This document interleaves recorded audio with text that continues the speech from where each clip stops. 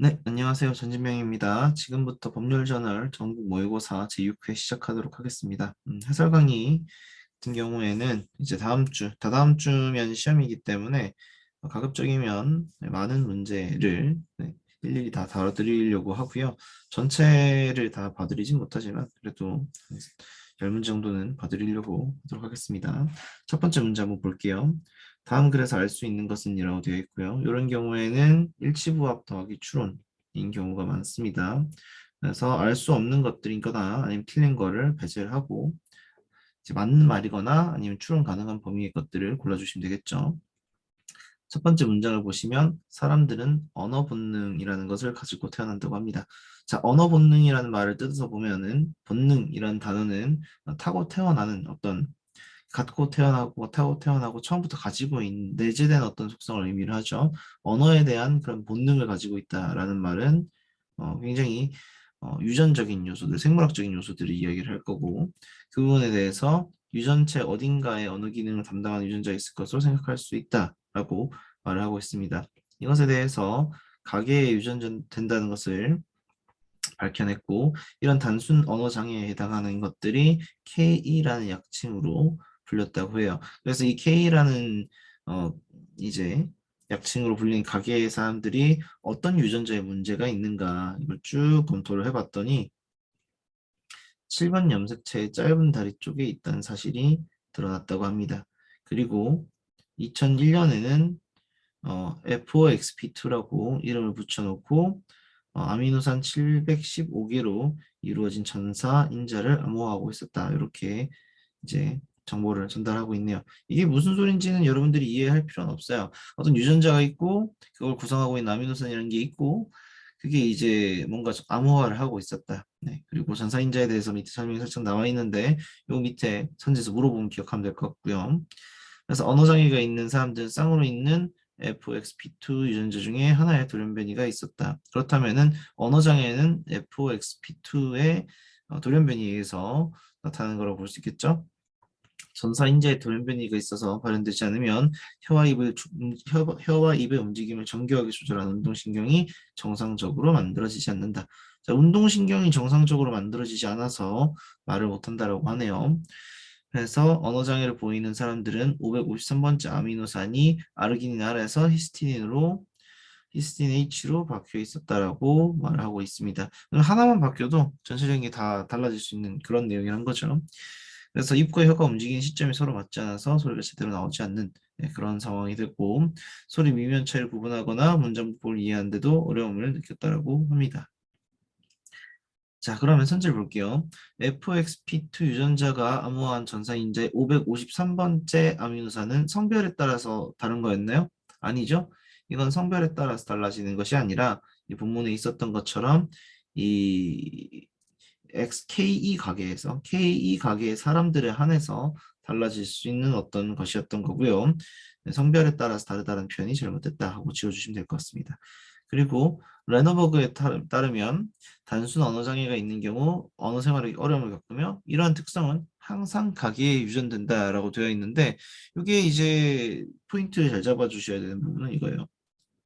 레네버그라는 사람이 정말 항상이라고 말했나? 대부분의 경우 이런 부분에 함정이 있습니다.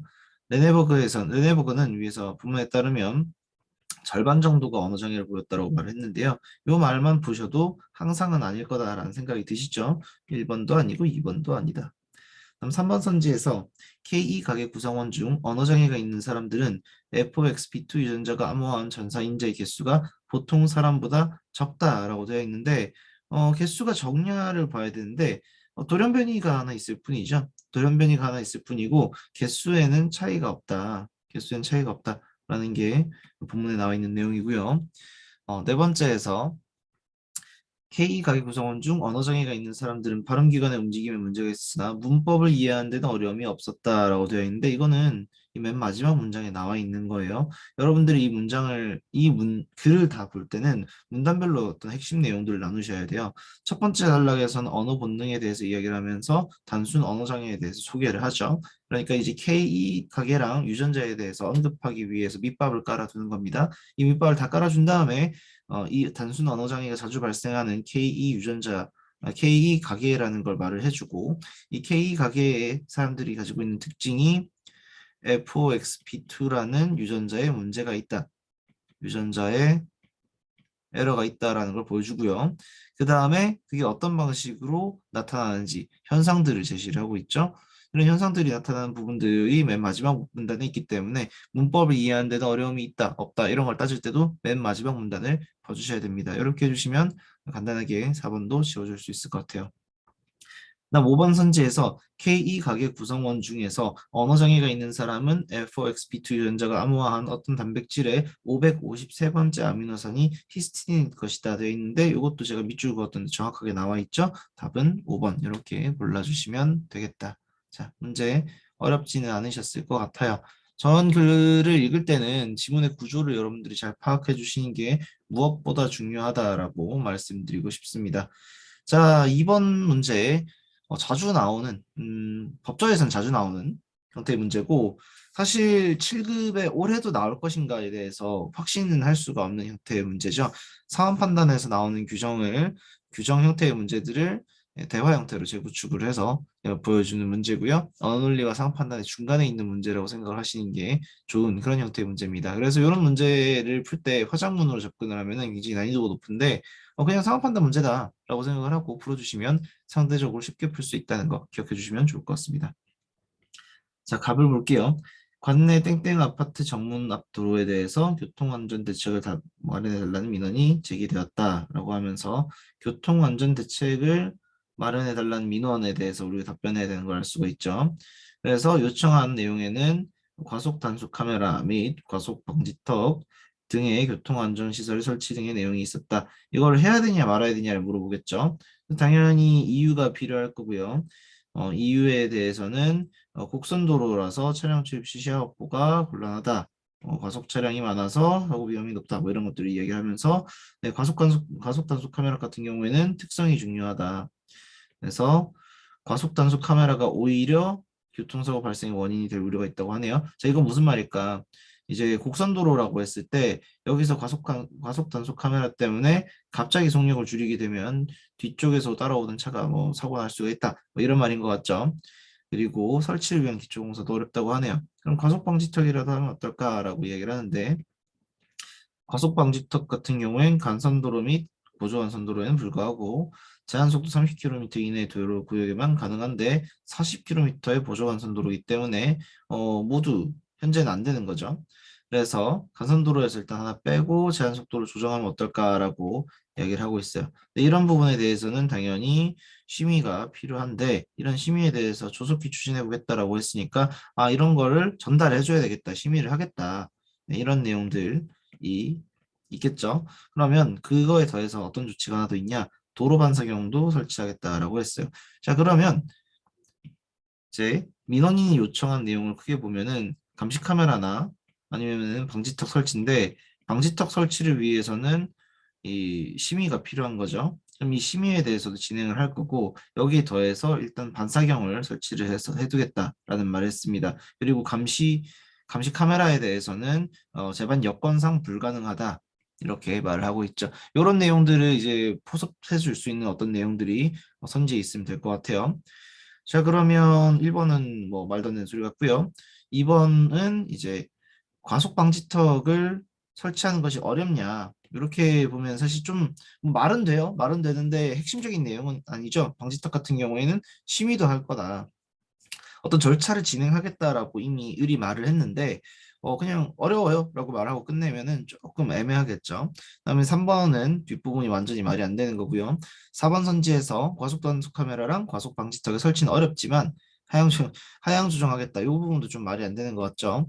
네, 설치가 어렵다로 끝나면 안 되고 심의도 할 거다. 이런 거 같이 이야기를 해줘야 됩니다. 그게 이제 여기서 절차를 추진할 예정이다라고 패러프레이징이 되어 있고요. 도로 반사경도 설치하겠다 했으니까 5번이 제일 가까운 선지다. 이렇게 보시면 될 것 같습니다. 자, 다음 문제도 볼게요. 다음 글의 기억에서 디귿에 대해서 알 수 없는 것을 골라라 라고 되어 있습니다. 자, 기억은 중앙제곱법이라는 폰모임 안에 난수 알고리즘을 제시를 하고 있고요.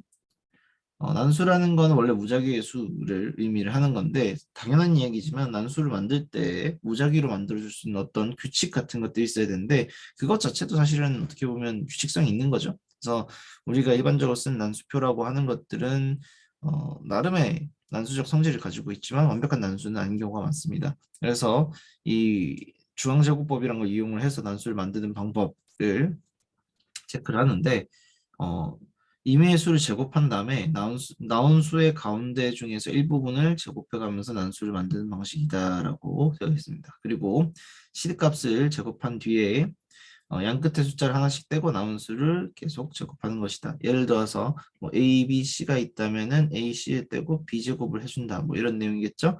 그리고 이런 과정에서 어느 한순간에 숫자가 0이 되면 지속적으로 0이 나온다. 그래서 기능을 상실할 수가 있고 C값이 달라도 당연히 A, C만 바뀌고 B는 같은 경우라면은 같은 단수가 계속 나올 수도 있겠죠. 그런 단점이 존재한다고 합니다. 그래서 충분히 무작위 숫자를 만들 수가 있고 이런 것들을 의사난수라고 한다. 자, 의사난수는 여기 의사라는 게 우리가 흔히 말하는 닥터를 의미하는 건 아니겠죠. 난수와 비슷하게 보이는 이란 의미예요. 그래서 무작위 같이 보이지만 진짜 난수는 아니다라는 것이다. 제가 앞에서 뭐 말했던 내용이랑 동일한 내용이죠. 요 부분 같은 경우에는 여러분들이 통계학을 조금 공부를 하다 보면은 강제적으로 좀 학습을 해야 되는 내용이라서 말씀을 드렸는데 대부분 이제 7급 공부를 하는 학생들 중에서 뭐 통계랑 관련 직렬이 아닌 경우에는 사실 모를 수 있어요. 뭐 충분히 모를 수 있는 내용이고 이 피셋에서 어널리 쪽에서 종종 조사방법론이나 통계 문제들이 나오기 때문에 이런 거 알아두면 좋을 것 같아서 출제된 게 괜찮다라고 생각을 하고요. 그 다음에 한 편 나와 있으니까 지금까지 내용이랑 다른 내용이 나와 있겠죠? 지금까지 내용이랑 다른 건데 새로운 거는 선형합동법이라고 합니다. 선형합동법이라고 하는 거는 수열과 합동을 이용한다고 하고요. 수열은 이미 우리가 어릴 때 배웠던 거니까 알고 있을 거고 합동이라는 거는 제가 가끔 퀴즈 시간에 말을 해주는 모듈러성, 뭐 합동성 뭐 이런 걸로 나눴을 때 나머지가 같은 수라고 하네요. 나머지가 같은 수들이 가지는 의미가 굉장히 많거든요. 퀴즈 공부하실 때 되게 많이 쓰이는 부분이고 주기성 나타날 때도 되게 많이 쓰이는 그런 게 이제 활동과 관련된 부분이라고 생각하시면 좋을 것 같고 중앙제곱법이랑 마찬가지로 시드값이 필요하다는 점에서 의사난수의 속성을 띠고 있을 것 같고요. 주기라고 하는 거는 난수와 같은 난수가 생성되기까지 길이라고 합니다. 시드값이 클수록 주기가 길어지고 무적성이 강해진다고 합니다. 주기가 있기 때문에 이런 단점이 있다. 근데 앞에 중앙제곱법보다는 훨씬 더 숫자가 커지기 때문에 상대적으로 낫다라고 합니다.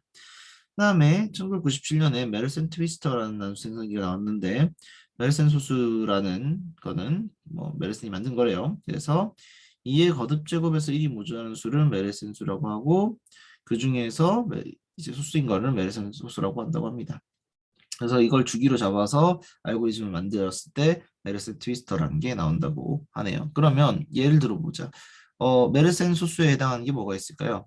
2의 1승 빼기 1은 1이니까 이건 안 되고요. 2의 2승 빼기 1은 3이니까 얘는 소수죠. 2의 3승에 대해서 빼기 1을 하면 7, 2의 4승에 대해서 빼기 1을 하면 이건 15니까 소수가 아니고 2의 5승에 대해서 빼기 1을 하면 31 이런 식으로 해서 2의 n승 빼기 1에는 소수가 굉장히 많아요. 굉장히 많고 그럴 수밖에 없는 이유가 있습니다. 특히 2의 n승 빼기 1 중에서 2의 n승의 n이 짝수면은 소수일 가능성이 아예 없는데 아예 없지만 처음을 제외하고는 아예 없지만 음, 뒤로 가면 갈수록 이제 홀수들 중에서는 계속 이 소수가 나올 수 있다. 이런 거 기억을 해두시면은 상호 판단 풀 때도 도움이 많이 됩니다. 가령 여러분들이 이런 걸 생각을 하시면 이게 이제 메르센 소수의 정의에 해당하는 거죠.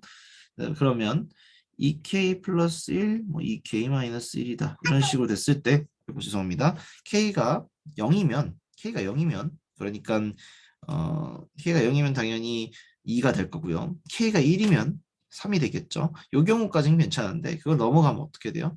얘도 수가 되고, 소수가 나올 수도 있지만, 대부분의 경우에 합성수의 형태로 나타날 수밖에 없겠죠. 그래서 K가 2보다 클 때, 여기서 K가 2보다 크거나 같을 때는, 클 때는 크거나 같을 때가 많네요. 크거나 같을 때는 항상 합성수가 나오기 때문에 n 중에서 짝수인 건 안 되고 홀수인 거는 다 되는 것들이 꽤 많다라는 거 기억해 두시면 좋을 수도 있죠. 보니까 갑자기 말을 하고 싶어졌어요. 네, 이 정도 기억하시고 밑에 내용을 보시면 됩니다. 자, 일단 요 문제가 알 수 없는 것 고르는 건데 기억은 중앙제곱법이라고 했고 이 영이 시트값인 경우 같은 숫자가 반복되어 난수 알고리즘으로서의 기능을 상실한다 라고 되어 있는데 자, 이거 제곱하면 400이고 그 다음엔 0이니까 0부터 계속 0이 나오겠죠? 알고리즘의 기능 굉장히 빠르게 상실할 것 같고요. 디귿이랑 니은 비교하는데 니은은 바로 위에 있는 이 선형합동법이고 멜슨 트위스터는 또 비슷한 방식인 거죠. 그런데 이 메르센 소수가 기존 협동법에 비해 선형 협동법에 비해서 훨씬 더 주기가 길다고 했으니까 2번 선지의 내용은 그냥 본문에 나와 있는 내용으로 이해할 수 있을 것 같아요. 그리고 3번에서 CD값을 충분히 크게 했을 때는 인간이 보기에는 난수처럼 보인다라는 점에서 여기 분명 이거 나와 있죠?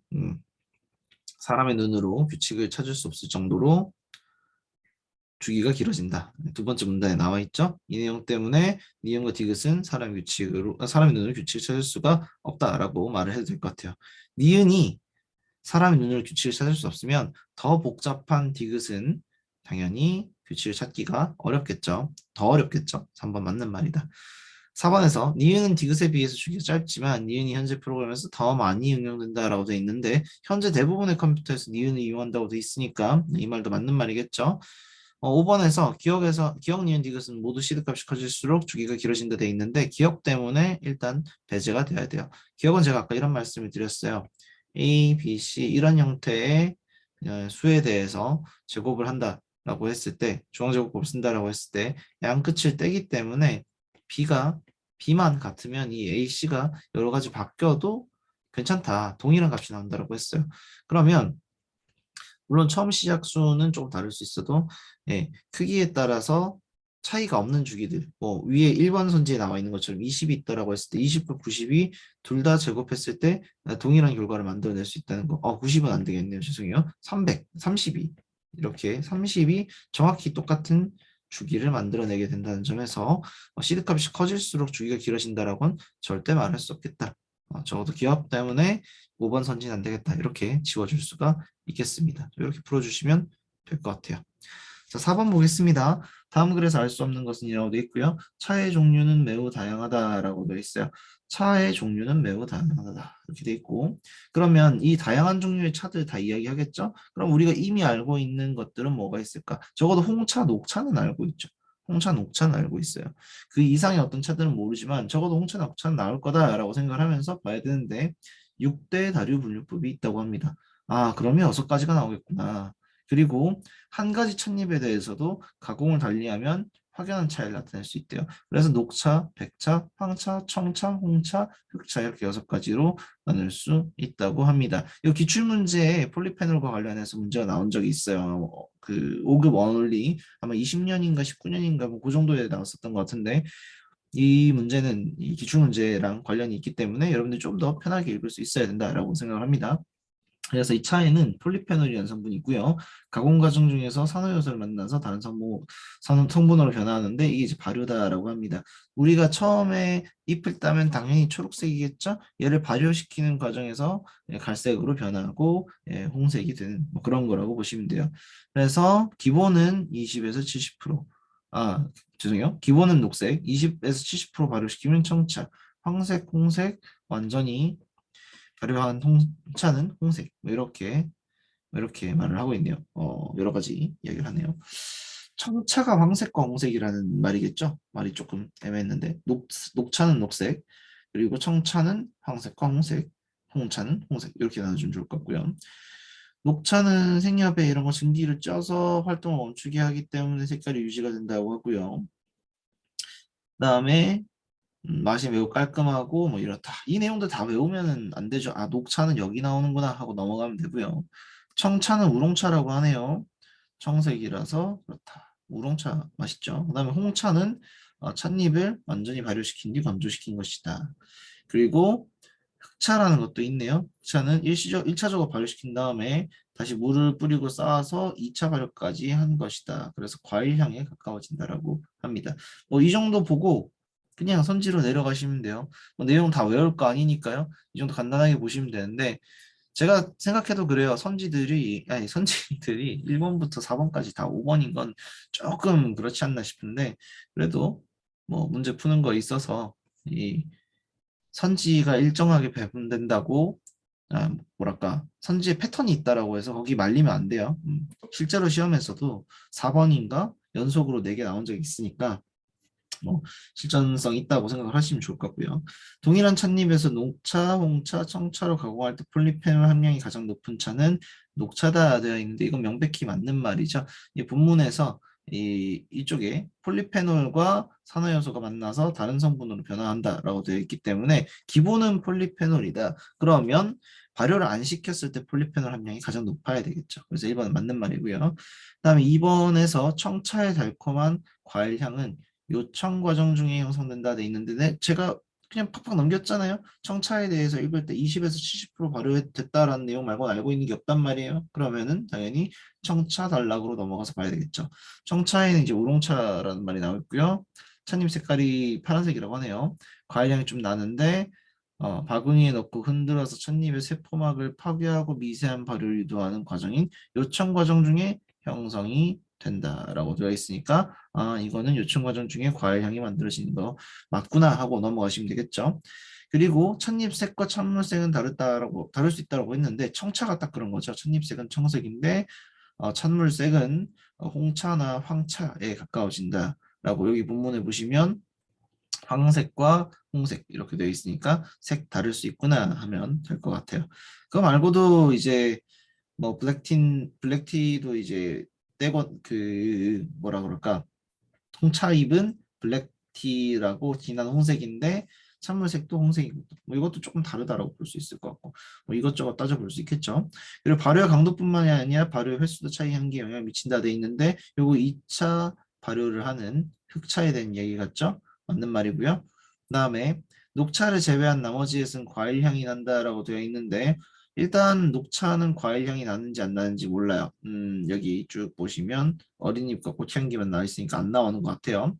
청차는 과일 향이 나오는 게 맞습니다. 그리고 홍차에서도 과일 향이 자욱하게 나온다. 뭐 이런 말들이 있죠. 그리고 흑차에서도 그래요. 흑차에서도 있습니다. 근데 문제는 우리가 확인한 거는 녹차, 황차, 청차, 황차도 확인 안 했지. 청차, 홍차, 흑차 이 네 가지만 봤단 말이에요. 백차랑 황차는 본 적이 없다는 거죠. 그러면 나머지에서 다 나타난다는 근거는 우리가 찾을 수가 없다. 두 가지 빠진 게 있기 때문에 5번 선지는 맞다고 말할 수가 없다. 이렇게 해주시면 될 것 같아요. 말 그대로 알 수 없는 것은 모르는 것을 찾는 그런 문제였다고 보시면 되겠습니다. 5번 문제 보겠습니다. 다음 글에서 알 수 있는 것은 이라고 되어 있고요. 혈액의 기본 기능인 산소 운반 능력이 감소하면 골수에서는 적혈구 생산, 즉 조혈 과정이 촉진된다라고 나와 있네요. 자, 이건 여러분들이 싫어하는 과학 지문이고요. 과학 지문 중에서도 이런 과정, 메커니즘에 대한 설명이 나와 있는 문제입니다. 메커니즘에 대한 설명이 나와 있는 문제고요.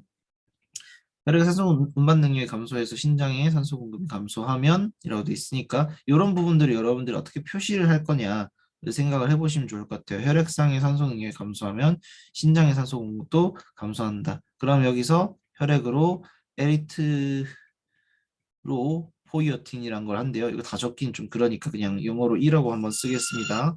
영어로 E 정도만 하나 써놓고요. 이 호르몬이 골수의 조혈을 촉진한다라고 되어 있네요.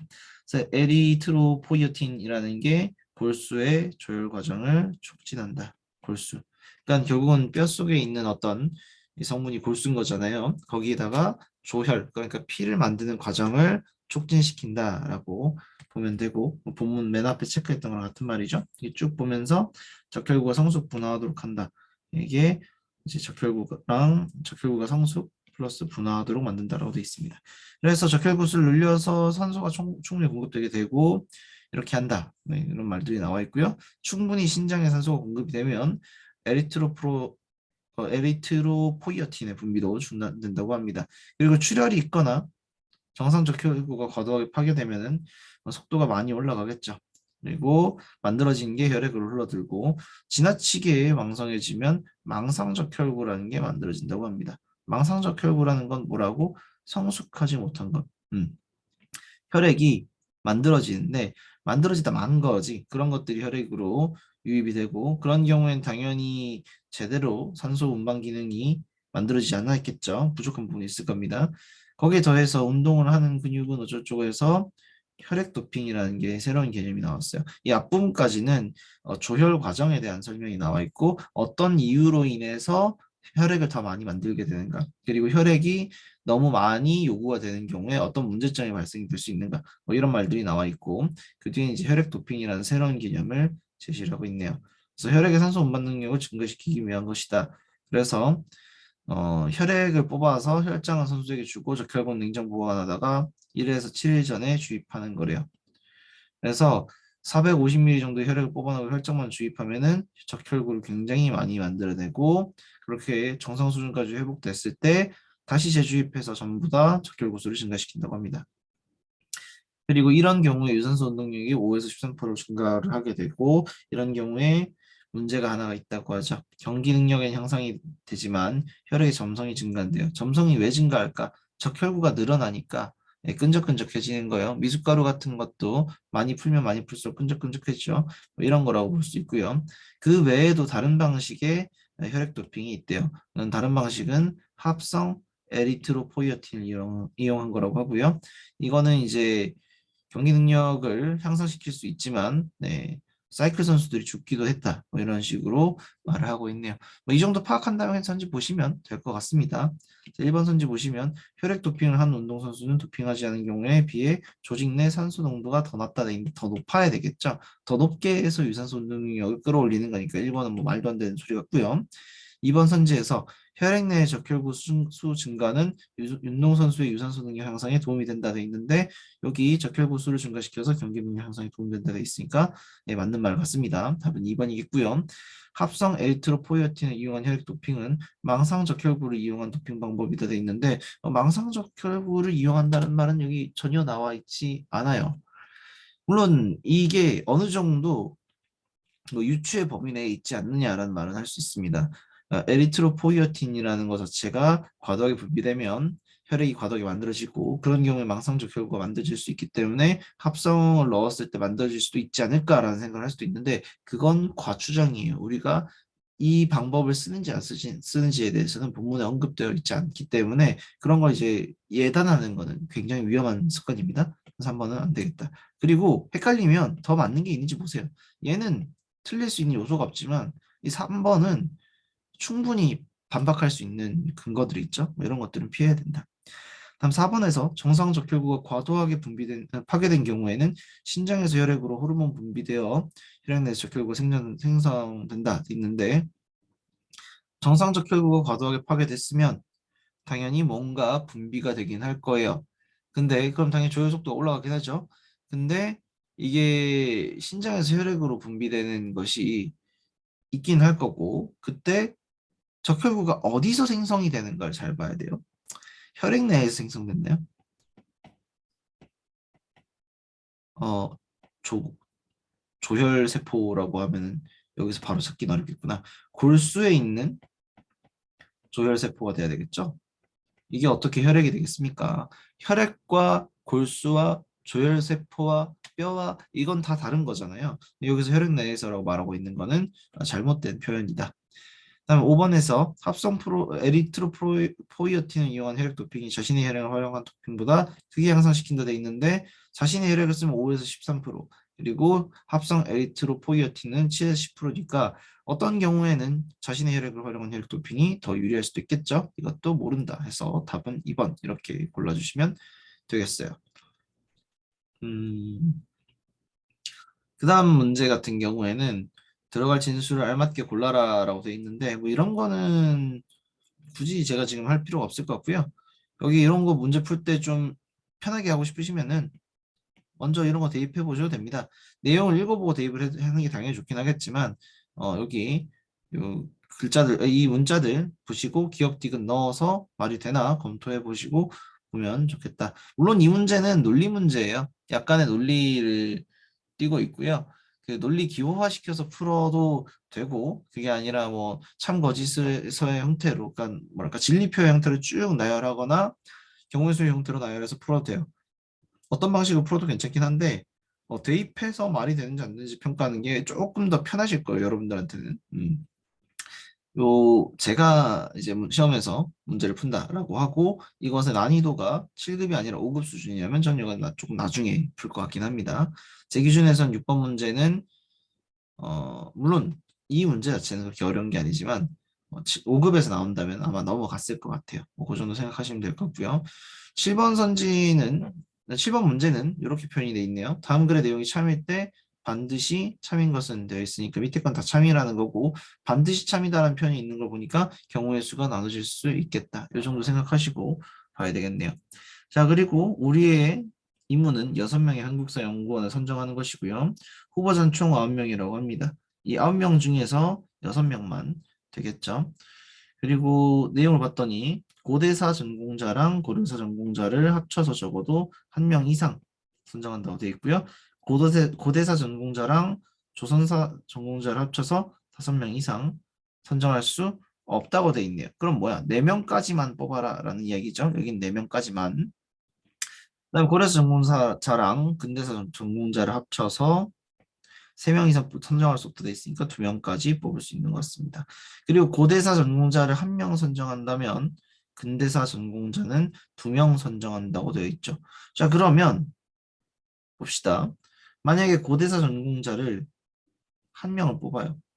그러면 근대사 전공자는 2명이 뽑히겠죠? 그때 더 이상 고려사 전공자는 뽑을 수가 없어요. 고려사 전공자는 뽑을 수가 없고 고대사 전공자가 1명이기 때문에 근데 조선사 전공자를 3명까지 뽑을 수 있겠죠. 자, 이 경우에 지금 논리상 문제가 되는 거는 하나도 없어요. 하나도 없는데 고려사 연구사 전공자가 아무도 안 들어간 게 굉장히 마음에 안 들죠. 안 들어갔으니까 일단 이 경우의 수가 되긴 하지만 들어가는 경우도 한번 따져봐야 될 것 같아요. 그러면 고려사 연구자가 1명 들어간 경우를 가정을 해봅시다. 고려사 연구자가 1명이 들어가면 근현대사 전공자는 더 이상 2명일 수가 없어요. 1명 또는 0명이겠죠. 이 경우에 고대사 전공자는 아무도 없거나 또는 2명이거나 둘 중에 하나라 해야 될 겁니다. 그리고 이에 따라서 조선사 전공자 수도 자동으로 정해지겠죠. 고대사 전공자가 0명이다. 그리고 근대사 전공자가 1명이다 라고 한다면 조선사가 4명이 될 거고요. 근데 고대사가 0명, 근대사가 0명이다라고 하면 조선사가 5명이 돼야 되니까 총 합쳐서 6명이 돼야 되잖아요. 그 경우에는 불가능하겠다 하시면 될 거고요. 고대사가 2명이다라고 하면 조선사는 2명까지 가능하겠다. 이때 근대사도 1명이어야 된다. 이런 식으로 정리를 해주시면 근대사가 0명인 경우는 안 되겠구나 하고 지워줄 수 있겠고요. 네, 이렇게 케이스가 3가지가 나온다는 걸 확인할 수 있습니다. 자, 이게 이제 가능한 경우의 수다라고 생각하시면 되겠네요. 이거 말고 더 있다라고 할 수가 있을까? 한번 볼게요.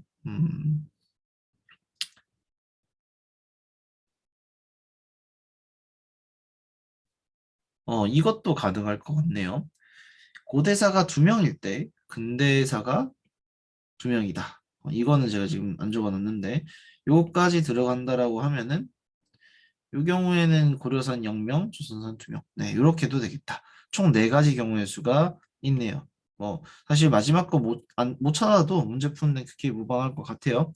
기억 가능하죠? 고대사 전공자를 이제 2명 선정한 경우 가능하다. 자, 조선사 전공자를 2명 선정하면은 고려사 전공자를 1명 선정한다. 이게 제가 발레를 찾아 놓은 거였네요. 이유는 마지막 케이스를 못 찾으면은 틀리는 선지였군요.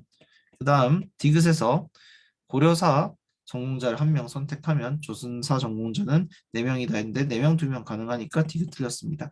니은을 놓치더라도 디귿을 니은 놓치면 어쩔 수 없구나. 틀려야 되는군요.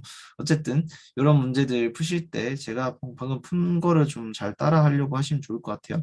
기본적으로 이거 논리 퀴즈로 풀려고 하면 풀 수가 없고요. 논리 퍼즐 또는 모형 추리 뭐 이렇게 말을 하는 거고 이 각각에 대해서 고대, 고려, 조선, 근대까지 몇 명씩 배치할 수 있는지를 다 적는 연습을 하셔야 돼요. 그리고 후보자 수도 반드시 정리를 해놓고 총합계는 6이 돼야 된다는 거 잊지 말고 경우의 수 나눠가면서 적어주시면 좋겠다. 이렇게 풀어주시는 문제다. 이거 8번 문제 볼게요. 다음 글의 내용이 참일 때 반드시 참인 것은 이라고 되어 있고요. 어, 어쨌든 뭐 이것도 경우의 수 여러 가지 나올 수가 있겠죠. 근데 순위 결정한다라고 되어 있으니까 이거 뭔가 배열 배치하기 문제겠구나 생각하시면 되고요. 세 명이니까 세 명끼리 이제 순위 배치를 하는 거에 있어서 이 어떤 내용들이 들어가 있는지 한번 봅시다. 자신보다 낮은 순위의 사람에 대한 진술이라면 거짓이고 높은 순위의 사람에 대한 진술이라면 참이다라고 합니다. 그러면 이 문장들을 해석할 때 기준이 두 가지가 있다는 거예요. 사람이 세 명이니까 1, 2, 3등밖에 없죠. 1, 2, 3등. 근데 만약에 A가 3등이라면 B에 대한 진술은 참일 거예요. 맞죠? A가 3등이라면 B가 자기보다 등수가 높으니까 참이겠죠. 만약에 A가 1등이라면 어때요? B에 대한 진술은 거짓말일 거예요. 왜냐면 자기 등수 더 높은 거니까. 그때 B는 3등이 될 거예요. 또 만약에 A가 2등이라면 어떻게 될까요? A가 2등이라면 이 말 거짓말이 되겠죠. 근데 자기보다 낮은 순위의 사람에 대해서만 거짓말을 한다고 했으니까 이때는 3등일 거다. 자, 이 각각의 경우의 수를 처음에 먼저 만들어 주시는 겁니다. A가 1등일 때, 2등일 때, 3등일 때 이걸 적어 놓고 B에다가 바로 대입을 하는 거죠. 자, 이 말이 맞다면 A가 3등이고 B가 2등이라면 B는 자기보다 낮은 사람에 대해서 거짓말을 할 거고 A는 C보다 순위가 높아가 거짓말이 맞죠. 이때 어차피 C는 1등일 거니까요. 이것도 다 적어놓고 하셔도 되겠네요. 자, 그럼 이때 B의 말은 네, 거짓말이 됐어요. 맞는 말이죠. 그리고 C도 A는 B보다 순위가 높아라고 말한 부분에 대해서 거짓말이 돼야 되는데 거짓말이 맞습니다. 이건 문제가 없어 보이고요. 그 다음 케이스 볼게요. A가 1등일 때 자기보다 높은 순위에 대해서는 참이라고 했으니까 B랑 C가 A에 대해서 언급한 거 다 참 맞죠? 문제 없네요. 그 다음에 마지막이 조금 어려운데 A가 2등일 때 B는 자기보다 높은 순위인 A에 대해서는 참말을 해야 됩니다. 근데 거짓말이 나왔죠. A는 C보다 순위가 높아요? 아니죠. 낮죠. 거짓말이란 말이죠. 그래서 이 부분은 안 되겠구나 이렇게 지워두시면 된다. 네. 원래 참말을 해야 되는데 거짓말을 했으니까 문제라는 거예요. 그래서 반드시 참인 것을 골라라 라고 되어 있고요. 이때 C의 진술이 참일 때는 A는 1등, B는 3등이고요.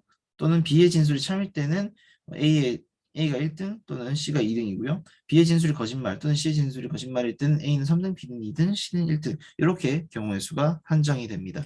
1번, 2번, 3번은 당연히 두 가지 케이스 갈라졌으니까 안 될 거고요. 4, 5번 중에 검토를 할 건데 C의 진술이 참일 때는 B가 3등이니까 틀린 것. 그리고 B의 진술이 거짓일 때가 이 첫 번째 케이스죠. 이때 A는 3등이니까 답은 4번. 이렇게 골라주시면 되겠습니다. 네, 뭐 이런 방식으로 풀어주시면 돼요. 네. 다음에 요 9번도 비슷한 문제니까 넘어가고요. 10번도 보도록 하겠습니다. 다음 글에 기억에 대한 평가를 적절한 것만을 보기에서 모두 골라라 라고 하면서 케토시스 현상이라는 게 나와 있어요. 그래서 케톤이라는 대사성 물질이 높아지면서 발생하는 것이다. 두통, 설사, 집중력 저하, 구취 등의 불편한 증상이 나타나고 이 원인이 탄수화물 부족이다 라고 제시를 했대요. 자, 그러면 여기 지금 뭐 기억이 사라져 있는 것 같은데요. 이 케토시스 현상이라는 것 자체가 탄수화물 부족 때문에 나타난다라고 한다면 그 이유에 대해서 가설을 제시를 하겠죠. 아니면 이거 자체가 뭐 가설일 수도 있는데 탄수화물 부족으로 나타난 이유라기보다는 이유라는 표현이 맞지 않는 것 같아요. 메커니즘 같은 것들이 나와야 되겠죠. 왜 탄수화물 부족이 케톤의 대사 수치를 높이는가 이런 말들이 있어야 되겠다. 탄수화물이 부족하면요. 포도당이 고갈되고요. 그러면 당분이 낮아지겠죠. 혈당이 떨어지니까 글리코겐도 줄어든답니다. 대체 요소를 찾기 위해서 단백질을 분해한대요. 그리고 지방을 없앤다고 합니다. 지방을 없애는 과정에서 케톤이라는 대사성 물질이 생겨나는데 이런 과정에서 케톤 수치가 높아진다라고 돼 있어요. 그러니까 더 이상 소모할 게 없으니까 내장 지방까지 다 태우고 그 과정에서 이제 케톤이라는 게 만들어진다라는 말이겠죠. 중요한 건 이거예요. 근육의 단백질도 분해한다는 거. 되게 무서운 이야기죠. 흔히 말하는 근손실이 여기서 나타난 거예요. 기억선지 보겠습니다. 우리 몸의 탄수화물이 충분한 상황에서는 케토시스 현상이 나타나지 않는다는 사실은 기억을 강화한다. 탄수화물 부족이 원인이다 였기 때문에 탄수화물이 충분하다면 나타나면 안 되겠죠? 기억은 맞는 말이고요. 우리 몸에 탄수화물이 부족할 경우 케톤을 대체 연료로 사용한다는 사실은 기억을 강화시키면 강화시켰지 약화시키진 않을 것 같고요. 디귿에서 다이어트를 위해 탄수화물 섭취를 극단적으로 줄이는 식단을 오랫동안 유지한 사람들의 혈액 및 소변의 케톤 수치가 높아졌다는 것은 기억을 강화시킨다. 뭐 거의 본문의 내용 그대로 복붙한 수준이죠. 어렵지 않게 3번인 걸 알아내줄 수 있어요. 이건 이제 가설 추론 문제인 거고요. 가설 추론에 대해서 이제 강화 약화를 하는 경우에는 크게 두 가지 정도를 보시면 될 것 같아요. 하나는 본문의 내용을 거의 그대로 설명을 합니다. 거의 그대로 답습을 하는 수준을 설명하는 게 하나가 있고요. 또 다른 하나는 이 본문의 내용에 부합하는 사례를 제시하는 것. 사례를 제시하거나 본문의 내용의 어떤 암묵적 전제를 언급하거나 아니면 이제 필요 충분 조건을 만들어주는 문장을 제시하거나 이런 경우에 강화가 된다. 약화는 어떻게 되겠어요? 발례를 제시한다. 또는 전제를 부정해준다. 뭐 이런 것들이 약화가 되겠다. 그 정도 하시면 될 것 같네요. 10번 문제는 이렇게 해결하면 될 것 같습니다. 자, 나머지는 사실 다 비슷비슷한 것들이에요. 제가 뭐 더 말씀드릴 만한 내용이 많지는 않은데, 음, 뭐 재밌는 내용들 많이 있고요. 여러분들 공부하시면서 이 철학들도 얼마 안 남았지만 인문 철학들도 좀 보시면 좋아요. 언어리 같은 경우에는 5급은 최근에 분명히 언어 철학, 뭐 인문 철학, 그 언어 철학이든 인식론이든 존재론이든 그런 철학 분과의 문제들이 굉장히 고난이도로 나오고 있고 어렵게 나오고 있는데 7급 문제들은 사실 그렇지는 않아요. 상대적으로 훨씬 쉽게 나타나고 있는 것도 맞고 철학 문제가 나온다고 하더라도 그렇게까지 어렵게 나올 거냐에 대해서 의심은 있어요. 하지만 혹시 모르잖아요. 지금 저희 이제 모강에서 풀고 있는 사원 판단 스타일의 문제들이 더 이상 나오지 않게 된다라면은 언론리에서 그렇다면 그 자리를 대체할 건 분명히 인문철학 파트일 거란 말이에요.